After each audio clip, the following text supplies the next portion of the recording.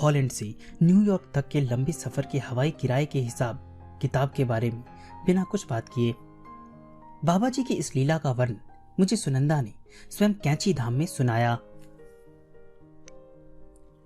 बजरंगगढ़ में भक्तों के बीच बैठे महाराज जी सहसा अपने हाथ फैलाए हुए यानी ऊपर से गिरती किसी चीज को पकड़ने की मुद्रा में बोल उठे, ले बच गया।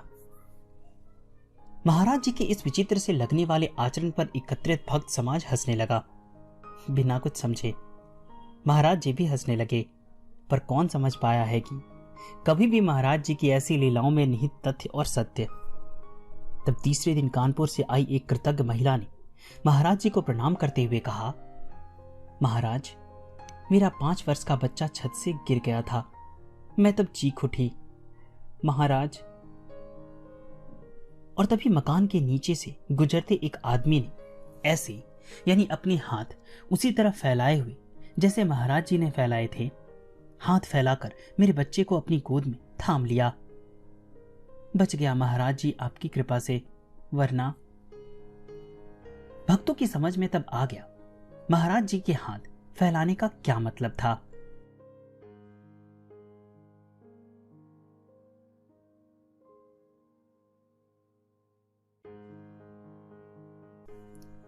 इन प्रसंगों के विरोधाभास में अपना एक अनुभव श्री सुशीलतर बनर्जी ने, जो भारत के प्रधानमंत्री के सचिव हुआ करते थे, इस प्रकार सुनाया। मेरे पिताजी बाबा जी के अनन्य भक्त थे। तब बाबा जी नैनीताल हमारे घर पधारे थे। एकाएक वे बड़ी जोर से सिसकियां लेने लगे और कंबल से अपना मुंह छिपा लिया। काफी देर रोने के बाद वे उठ खड़े हुए और जाने लगे। पिताजी ने रोका भी, पर वे न माने। तब मैं भी उनके साथ लग लिया। बाबा जी सीधे कैलाखान होते हुए पैदल मार्ग से निकल पड़े और सीधे सैनिटोरियम पहुंचकर बड़ी तेजी से एक कमरे की ओर बढ़ उसमें घुस गए। मैंने देखा कि वहां एक मरीज अपनी अंतिम सांसें गिन रहा था। बाबा जी को देखते ही वह अत्यंत प्रसन्न होकर बोला, महाराज, मैं बड़ी देर से आपको ही याद कर रहा था दर्शनों के लिए, आप आ गए। उखड़ती सांसों से इतना कहते उसने बाबा जी के ही समक्ष प्राण त्याग दिए। उक्त भक्त के पुकार में बाबा जी के दर्शन हेतु जो आतरता थी, उसने बाबा जी का आसन हिला दिया। बाबा जी की इस दया मूर्ति के दर्शन कर मेरा अंतर भर आया। सुशीतल बनर्जी। ऐसे ही आर्त पुकार को सुन बाबा जी ने लखनऊ पहुंचकर श्री संघ, तब प्राचार्य बिरला विद्या मंदिर नैनीताल के को तथा श्री हब्बा जी को भी उनके अंतिम क्षणों में दर्शन देकर कृतार्थ कर दिया। वर्ष 1950 की बात है। ग्रीष्मकाल था। बाबा जी महाराज एकाएक नैनीताल से चल दिए। हम भक्त भी साथ लग लिए। हल्द्वानी से लखनऊ वाली ट्रेन में हम सब महाराज जी के साथ बैठ गए। कहां जाना है किसी को पता न था। 9 बजे के करीब किच्छा स्टेशन पहुंचने पर बाबा जी उतर पड़े गाड़ी से। हम सब भी उतर गए।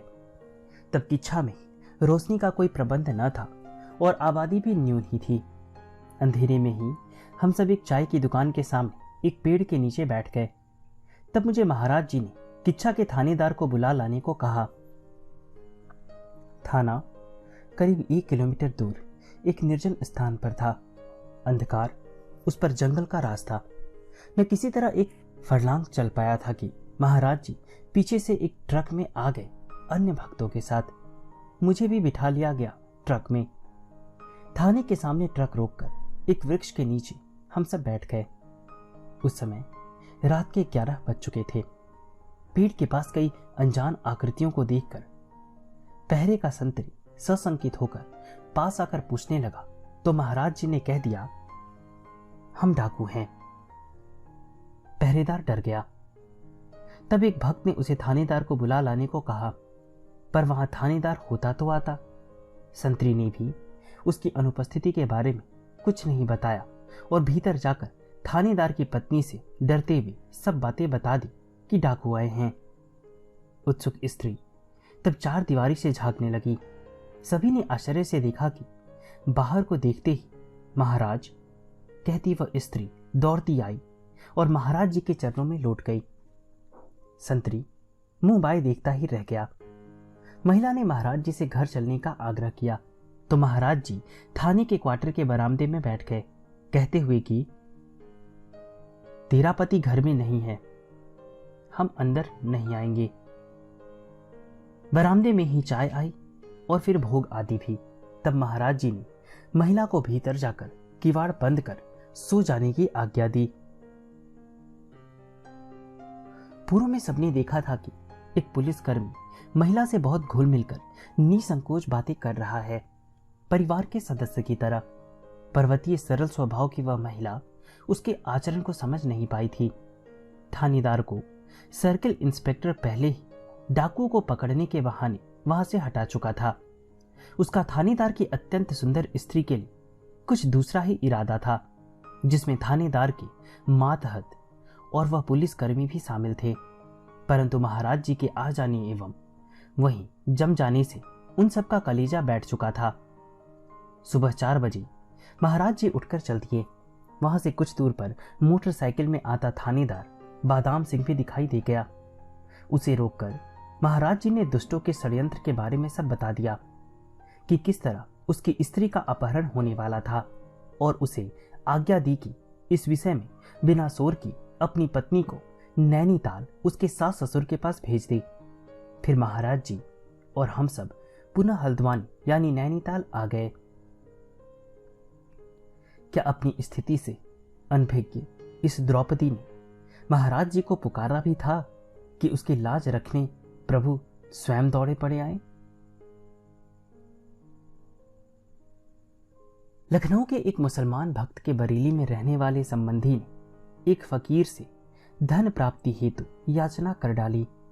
फकीर ने भी मौज में आकर उसे अरबी फारसी में एक मंत्र बता दिया और कहा कि 40 दिन इसे जपना और तब एक आकृति प्रकट होगी जो तुम्हारा मनोरथ पूरा कर देगी।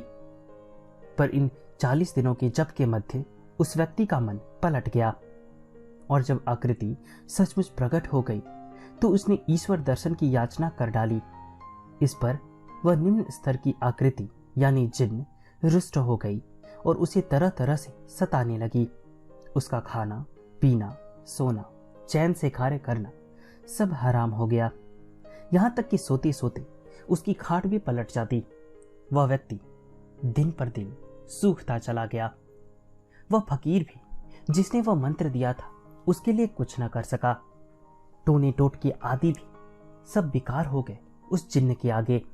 उल्टे वह जिन्न और भी अधिक उग्र हो उठा। तब किसी ने उसे बाबा नीम करौली जी के पास जाकर फरियाद करने को कहा। मरता क्या ना करता। वह मुसलमान याचक इस हिंदू बाबा को खोजता खोजता आ ही गया उनके पास और अपना दुखड़ा गाकर रोने लगा बुरी तरह और बाबा जी से मुक्ति की प्रार्थना करने लगा। बाबा जी भला अपने को कैसे प्रकट होने देते सबके समक्ष। सो बोले, तुमसे झूठ कह दिया गया किसी ने। हम कुछ नहीं जानते बच्चा। हाँ, यह कंबल जो हमको एक साधु ने दिया है तुम ओढ़े रहो, शायद तुम्हारी तकलीफ दूर हो जाए। और ऐसा कह अपना कंबल उतार कर उसे दे दिया।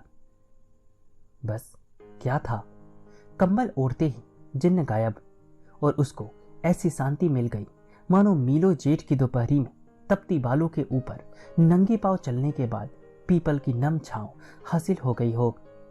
पर बाद में जब उस व्यक्ति को पता चला कि यह कंबल तो बाबा जी महाराज का ही था तो वह तन मन से उनका मुरीद हो गया।